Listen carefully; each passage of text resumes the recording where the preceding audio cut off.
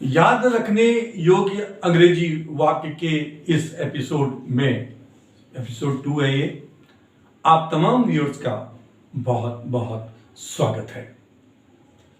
आज हम चर्चा करने जा रहे हैं कि गुस्सा को व्यक्त करते हैं तो गुस्सा व्यक्त करने का आशय किसी को धमकी देना हो सकता है, किसी को आदेश देना हो सकता है, या किसी को उसकी गलती का एहसास कराना हो सकता है। वह इंपरेटिव यानी आज्ञार्थक भी हो सकता है और प्रश्नवाचक भी हो सकता है। तो क्रोध को जितने भी तरह के बनते हैं वाक्य, जो आज्ञा देने के लिए या डांटने के लिए या गलती महसूस कराने के लिए या आदेश देने के लिए या प्रश्न पूछने के लिए, जितने भी तरह के वाक्य अंग्रेजी में बोले जाते हैं, उन तमाम वाक्यों की मैं आज चर्चा करने इस सेशन में जा रहा हूं। और वो प्रत्येक वाक्य बहुत ही इंपॉर्टेंट है और वो आपको याद होना चाहिए। इसमें रट्टा मारने का कोई चक्कर नहीं है। You just go through it once, twice, 3 times, 4 times and you will find yourself very comfortable while speaking and expressing the views accordingly. सबसे जो इसमें पहला है वो है बक बक मत करो। बक बक मत करो। ये बक बक मत करो का हो जाएगा, दो तरह से बोल सकते हैं। Don't talk rot, ROT। दूसरा होता है कि don't talk nonsense. Don't talk nonsense. ये दोनों का प्रयोग कर सकते हैं। किसी को अगर कहते हैं आप कि बक बक मत करो, अब कहते हैं किसी को बाहर चले जाओ, ये सारे मुद्राओं में इसके पीछे जो है क्रोध या गुस्सा ही होता है। बाहर चले जाओ, इसका सिंपल जो हम जानते हैं आमतौर पर वो है गेट आउट। गेट आउट, बाहर चले जाओ। या इसको हम दूसरे तरीके से बोल सकते हैं कि बी ऑफ, यानी दूर हो जाओ। बी ऑफ का मतलब दूर हो जाओ, अर्थ वही होता है बाहर चले जाओ। बक बक मत करो, don't talk rot, don't talk nonsense, बाहर चले जाओ, गेट आउट, बी ऑफ। किसी को कहते हैं रे मूर्ख। रे मूर्ख। अब जब किसी को कहते हैं रे मूर्ख, ये आश्चर्य का भाव होता है, लेकिन उसके पीछे गुस्सा होता है जब किसी को कहते हैं रे मूर्ख। अब इस रे मूर्ख को हम बोलेंगे तो कितने तरीके से बोलेंगे। पहला है यू फूल, यहां जोर देना है आपको सेकंड वर्ड, यू फूल, ये कह सकते हैं उसको। दूसरा कह सकते हैं you bloody idiot. You bloody idiot, इसका मतलब ये होता है रे मूर्ख। उसके अलावा कह सकते हैं यू ब्लडी। उसके बाद जो कुछ कहना चाहते हैं अपनी जबान बनकर, hold your tongue. You bloody, hold your tongue. You bloody idiot, you bloody, you fool. और इसके अलावा होता है you blooming idiot. You blooming idiot.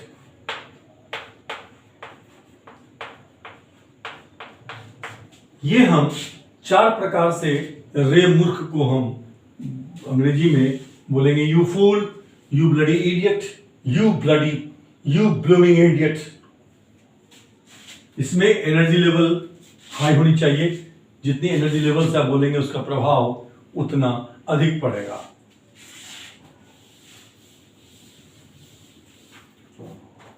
उसके बाद होता है कि मेरे काम में दखल मत दो। मेरे काम में दखल मत दो। याद रखें इस सब के पीछे में जो भाव है वो क्रोध का भाव है। मेरे काम में दखल मत दो।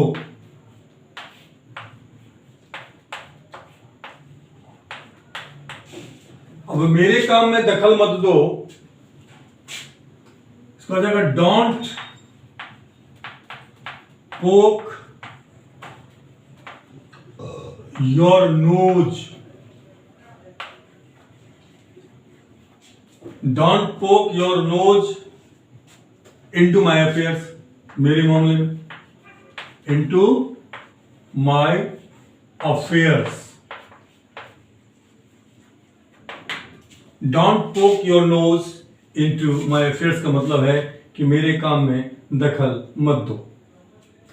दूसरा बोल सकते हैं कि don't middle, MEDDLE, don't medal.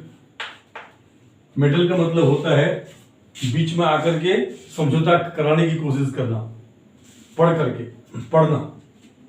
Don't medal into my affairs, into my affairs. Medal का प्रयोग कीजिए या पोक का, डोंट पोक या don't medal into my affairs. Next sentence है चुप रहो। डांटते हुए किसी को कहते हैं हम चुप रहो, चुप रहो। अब ये चुप रहो कि हमको हम कितने पहला तो हम जानते हैं शट अप किसी को बोलते हैं, ये एक लेमेन भी जानता है, शट अप कहते हैं उसको हम। दूसरा होता है कि hold your tongue, hold your टंग, अपनी जबान बंद रखो या चुप रहो। और इसमें चूंकि इसमें भाव क्रोध का है, इसलिए एनर्जी लेवल बोलते समय कुछ ज्यादा होना चाहिए। और एनर्जी लेवल से पता लगता है कि आप कितना जोर से डांट रहे हैं, या उसको नसीहत दे रहे हैं, या उसको इंस्ट्रक्शन दे रहे हैं ऐसा कुछ नहीं करने के लिए। उसका होता है कि अपनी राह देखो, अपनी राह देखो।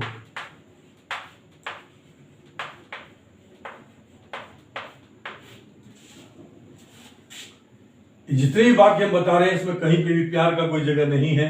इस सब के पीछे क्रोध है, और क्रोध को व्यक्त करके वो कुछ किसी को निर्देश दे रहा है, या किसी को डांट रहा है, या किसी की गलती का एहसास करा रहा है। और उसका परिणाम भी उसको एक तरह से झलक दे रहा है, इसका परिणाम क्या हो सकता है। अपनी राह देखो, अपनी राह होगा go your own way, go your own way. अपनी राह देखो। उसके बाद होता है अपनी चिंता करो, अपनी चिंता करो। ये कॉमन सेंटेंस है और ये कॉमन वोकैबुलरी है, अपनी चिंता करो। इसका आमतौर पे जो है यूज में आता है, और ये होता है कि माइंड योर ऑन बिजनेस। अधिकतर लोग जानते हैं इसको, माइंड योर ऑन बिजनेस।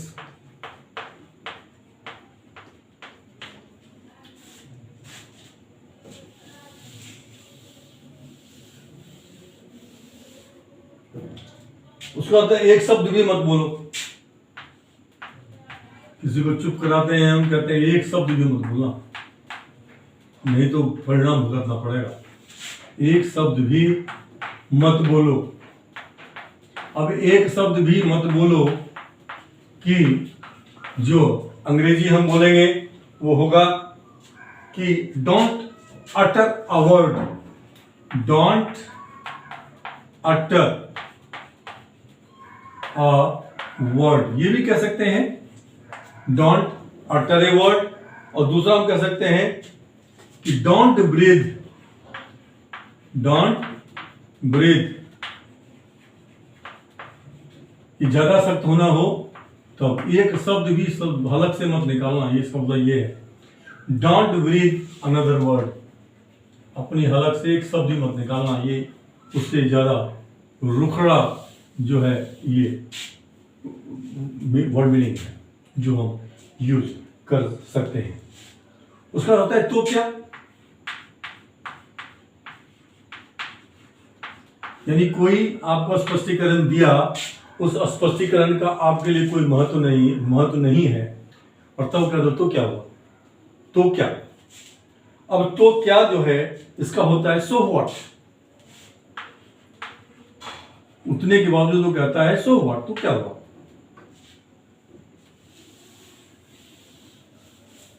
तो क्या, और उसके बाद होता है हल्ला क्यों कर रहे हो, हल्ला क्यों कर रहे हो।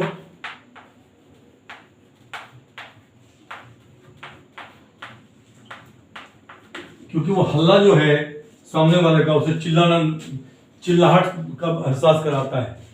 इसकी अंग्रेजी सिंपल है, why are you crying, why are you crying.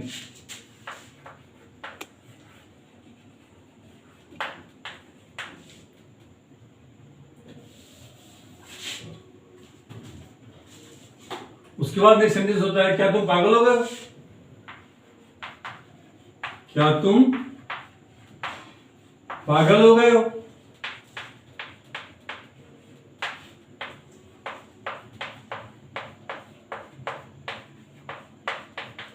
अब क्या तुम पागल हो गए हो, इसका हो जाएगा have you gone of your head, have you gone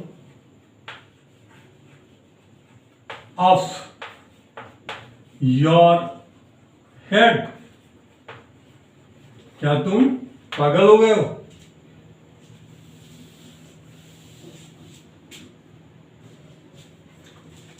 फिर आता है तुम्हारी इतनी हिम्मत, तुम्हारी इतनी हिम्मत।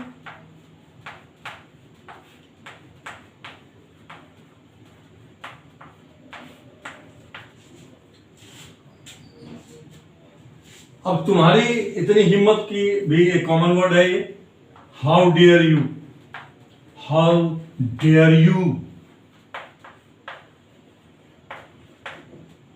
इसमें जो है बोलने का जो आपका लहजा है उससे ही उसमें जो है पैनापन आता है कि आप कितने एग्रेसिवली, यानी कि कितनी एनर्जी के साथ आप ये बात कहते हैं।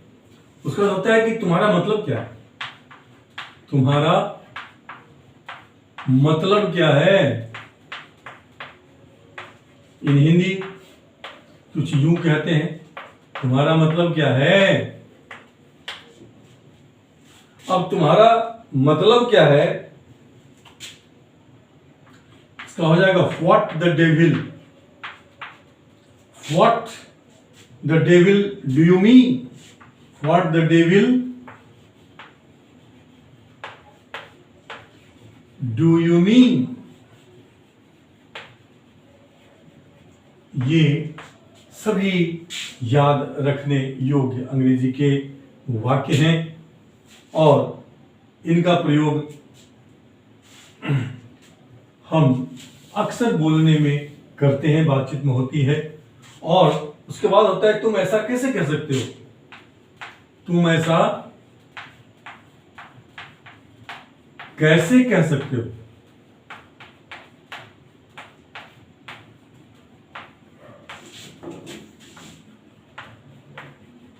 यानी किसी के आरोप को सिरे से खारिज करने के लिए इस वाक्य का प्रयोग होता है कि तुम ऐसा कैसे कह सकते हो।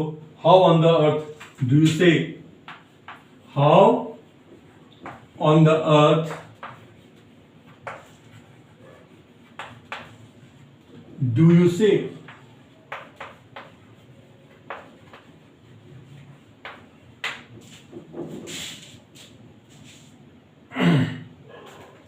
अब जब आदमी कमजोर होता है और उस परिस्थिति में जहां पे वो खड़ा है वह उसका कुछ बिगाड़ नहीं सकता है या कुछ कर नहीं सकता है, तो वो कहता है, क्या कहता है, वो कहता है जरा मौका तो जाने दो। यानी ये धमकी है, अगल बगल कोई सुने और भी, जरा मौका तो जाने दो, फिर दिखाता हूं इसको मैं। Then I said teaching lesson. जरा मौका तो जाने दो।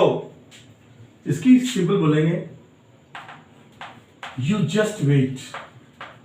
गुस्सा भी है उसको, गुस्सा को दबा करके वो कह रहा है यू जस्ट वेट। दांत खींच के, दांत पे दांत डाल के तब कह रहा है यू जस्ट वेट। यानी कि बहुत खतरनाक प्लान है मेरा। दूसरे आदमी को कॉन्फिडेंस देते हैं क्या ये खा करके हम, जो आपके साथ है और वो देख रहा है कि आप दब रहे हैं, उसकी हिम्मत को बनाए रखने के लिए आप कहते हैं जरा मौका तो जाने दो, यू जस्ट वेट। उसके बाद कहते हैं हम तुझे मजा चखा दूंगा, तुझे मजा चखा दूंगा। ये भी कॉमन वोकैबुलरी है, मजा चखा दूंगा। ये भी धमकी है, गुस्से में ही कहता है आदमी। और ये भी एक कॉमन वोकैबुलरी है, और उसका होता है I will teach you lesson. I will teach you a lesson।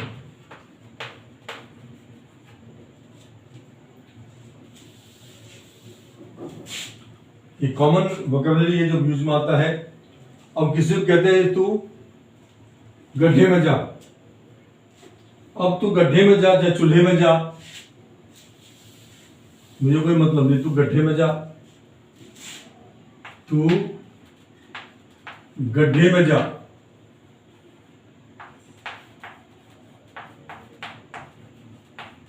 या हम कहते हैं चूल्हे में जा, मुझे कोई फर्क नहीं पड़ता।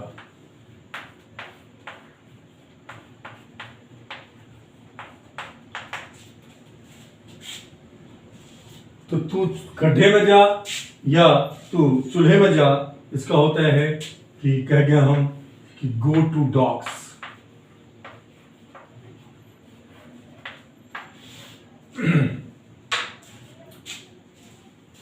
आज बस इतना ही। इसी तरह के जो वोकैबुलरी है जो डे टू डे लाइफ में हमारे यूज में आता है और हमें उसको नहीं भूलना चाहिए, ये आपको जो है इंटरवल पे, आपको रेगुलर इंटरवल पे आपको मिलता रहेगा। और ये सारे के सारे डिस्क्रिप्शन में आपको अवेलेबल मिलेंगे, हिंदी में भी अंग्रेजी में भी, ताकि आपको सहूलियत हो उसको रिवाइज करने में या उसको उतारने में, जो भी जिस भी चीज़ में आप कंफर्टेबल महसूस करते हैं। लेकिन एक बात पक्की है कि ये भूलने योग्य अंग्रेजी वाक्य कतई नहीं है, इसलिए हम इसकी प्रैक्टिस करें, इसको हम बोलने की प्रैक्टिस करें। तो 4 बार प्रैक्टिस करेंगे सेंटेंस को बोलने का, तो ऑटोमेटिकली वो आपका हो जाएगा।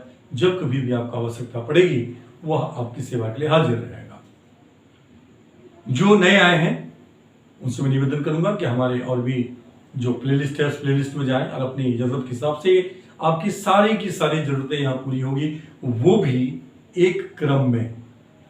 एक क्रम है, एक चेन है, जिस चेन से आप अपने मकसद तक पहुंच सकते हैं, वो पूरी चेन बना रखी है हमने अलग अलग जो है प्लेलिस्ट लेकर के। और उसमें सबसे इंपॉर्टेंट प्लेलिस्ट जो है जिसके लिए सब कुछ है वो है इंग्लिश स्पीकिंग प्रैक्टिस। एपिसोड 1 से शुरू होता है, एपिसोड 43 तक हम पहुंच चुके हैं। आप एपिसोड 1 से शुरू करें प्रैक्टिस करना, और रोज करें, आधा घंटा ही करें, 1 घंटा ही करें, रोज करें। और आफ्टर 2 मंथ्स आप पाएंगे कि आप उतने ही कंफर्टेबल हैं बोलने में जितना कि आप हिंदी में हैं या अपनी मातृभाषा में हैं। और जो पुराने व्यूअर्स हैं उनसे निवेदन करूंगा कि आपका जो सपोर्ट, जो प्यार मिल रहा है वो काबिल तारीफ है, उम्मीद से अधिक है, और इसके लिए मेरे पास कोई शब्द नहीं है। I don't have a word to pay as a word of gratitude. Please keep liking the videos, please keep watching the videos, please keep sharing the videos to the people whom you really love। फिर मिलते हैं आपसे नए episode में एक नया topic, बहुत महत्वपूर्ण टॉपिक लेकर। तब तक let us call it a day. Have a nice day. Thank you very much.